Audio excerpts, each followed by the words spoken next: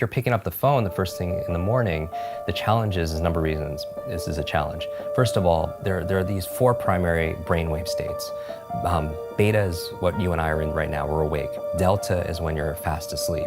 In between those 2 states, theta and alpha, are extremely important brainwave states for learning. So theta is the state right in and out of sleep. Theta is the state that we call creativity. When you are your most creative, usually it's coming because you're in this theta state. And you know this, when you're in and out of sleep, or you're close to you're so deep, your mind goes and you come up with ideas. You know what puts you in a theta state? Are showers. Oh, really? You ever notice when you're in the shower, you come up with some of your best ideas? Yeah, and your brain kind of drifts. It does, because you're in that brainwave state. So a big part of my work is taking the invisible and making it visible. I always, when I do these demonstrations, I always tell people that I do it because I want you to see that there's a method behind the magic. That when somebody does something that's extraordinary, in athletics, in education, in technology, with the human body, there's always a trail, because genius leaves clues. Above theta, though, is the state called alpha, right below beta, where you're most aware and awake. Alpha is a state of learning. Accelerated learning. It's a state of relaxed awareness. This is a state we go into when we meditate, because your critical mind is set aside and you just absorb information unconsciously. You know what puts you into an alpha state? Television. You ever notice that if somebody's watching the game or somebody's watching their favorite TV show and you're trying to have a conversation with them and they literally are in trance, they don't hear you because of the television programming, which might be an interesting word, programming and putting people into a trance.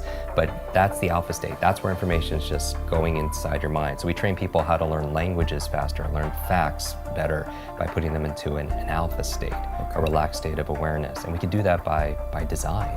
And people don't realize this. And this is the whole thing. I really think this should have been taught back in school, because school was a great place to learn what to learn.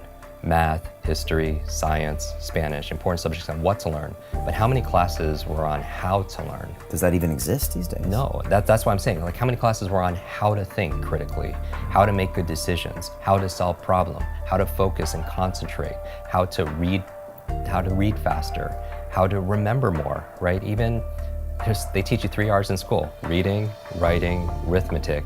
But what about remembering? What about recall? What about retention?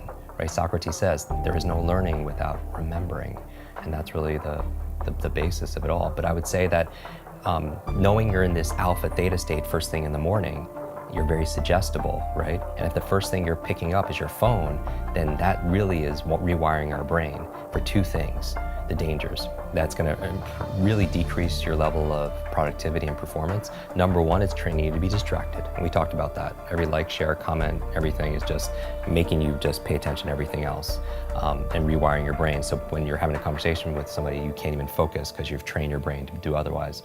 And that's why mindfulness is so important, whether it's meditation or something else, because it's not that I don't meditate every single day just to be at peace and be in the Zen state. I do it because it's a mental exercise. It improves my cognitive capabilities, meaning that when my mind goes somewhere else, that's the opportunity, because when I pull it back with my breath or visualization, I built that muscle. Because here's really the basis of my work is really about taking nouns and turning them into verbs. So what do I mean by that? It's like so many people, they wake up and say, oh, I hope I have energy today, or I have motivation today, things that they have, right? I have creativity so I can write today or make videos, or I have memory, or I have focus or concentration. Those aren't things you have, those are things you do. And so you don't have love, you do loving things. You don't have energy, you do things that give you energy. Just like that applies, same thing with learning. You don't have focus, there's a process for doing focus. You don't have a memory, there's steps to improve your memory or to remember things better. Creativity is not something you have, there's actually a process for creativity. So you should never suffer from writer's block or anything else like that, because that's where if you don't understand how you work, when I was talking about self-awareness and understanding ourselves, I think if somebody wants to improve their esteem, the self-esteem overnight, just study your brain. You'll get a boost of confidence and pride instantly, because it is the most incredible, I don't even know what to call it, a device, a supercomputer, what, in the whole universe.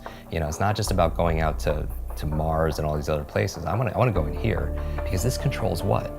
Everything, our careers, our income, our health, our relationship. When you're training for Ironman and triathlons and everything else, is how much of it is mental. Like we know, like everyone knows what to do, but do they do what they know? Because common sense is not common practice.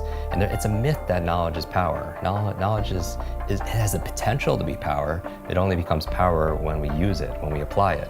Like people think they should get points for buying books and sitting on the shelf, and it just sits there. And it becomes like shelf help, not self-help, right? Self-help, yeah. Or somebody will go and learn something. I'll listen to a podcast like this, or a show, or they'll go to a conference. They'll pay all this money, but they don't do anything with what they learn. And part of it also is because they forget it. You know, everyone knows there's a learning curve, but there's also a forgetting curve. Did you know, like the forgetting curve says that if you learn something once, within 48 hours, 80% of it is gone. 80%. So you listen to a show, you watch something, on YouTube, you go to a conference, you read a book, within 2 days, the majority of it is gone because nobody trains us how to have, that's why memory is so important, you know? And so the first thing, don't touch your phone because it's training you to be distracted.